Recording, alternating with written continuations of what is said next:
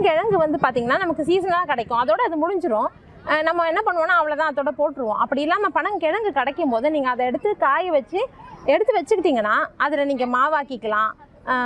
சொன்ன மாதிரி பனங்கிழங்கு ஊறுகாய், இப்போ பார்த்திங்கன்னா பனங்கிழங்குல வந்து நான் ஊறுகாய் செஞ்சுருக்கேன், தொக்கு செஞ்சுருக்கேன், பனங்கிழங்குல காரக்குழம்பு செஞ்சுருக்கேன், வத்த குழம்பு செஞ்சுருக்கேன்.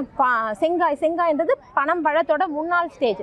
அந்த ஸ்டேஜில் இருக்க கிழங்கை எடுத்து கட் பண்ணி காய வச்சு அதே மாதிரி நீங்கள் அதையும் என்ன பண்ணலாம், காரக்குழம்பு வத்த குழம்பு எல்லாம் செய்யலாம். அப்போ நம்ம கிட்ட இருக்க பொருளுக்களே வந்து இப்போ பனை சார்ந்த பொருளையே நம்ம எடுத்து வச்சுக்கிட்டோம்னா நம்ம வருஷம் முழுக்கவே அதை பயன்படுத்த முடியும்.